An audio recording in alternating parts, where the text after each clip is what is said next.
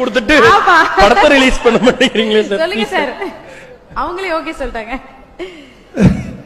நான் அசிஸ்டன்ட் டைரக்டரா இருக்கும்போது ரொம்ப துருதுருன்னு இருப்பேன். எம்ஜிஆர் அவர்கள் ரொம்ப ஸ்ட்ரிக்ட் செட்ல, உங்களுக்கு எல்லாம் தெரியும்.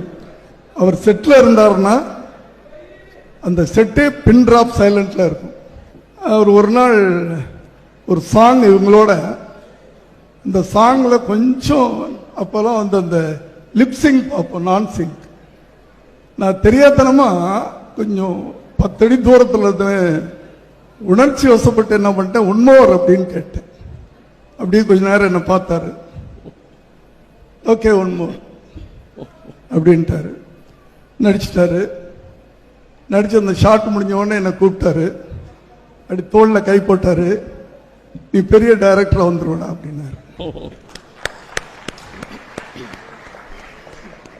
ஆனா இதுக்கு பிறகு நடந்ததா ரொம்ப நல்ல விஷயம். நான் இது வரைக்கும் சொன்னது கிடையாது, பரவாயில்ல சொல்லலாம்.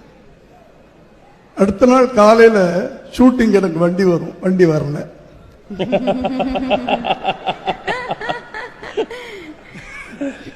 நான் ஒரு ஆட்டோ பிடிச்சு வாயினி ஸ்டுடியோவில் அந்த ஃப்ளோருக்குள்ள நுழைய போறேன். என்னை நுழைய விடல.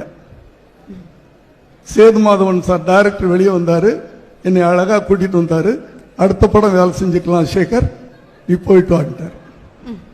எப்படி நல்ல?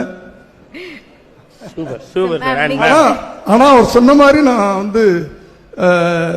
தெரியாதனமா 69 படம் டைரக்ட் பண்ணி 70வது படம் டைரக்ட் பண்ணிட்டு இருக்கிறேன். மேம்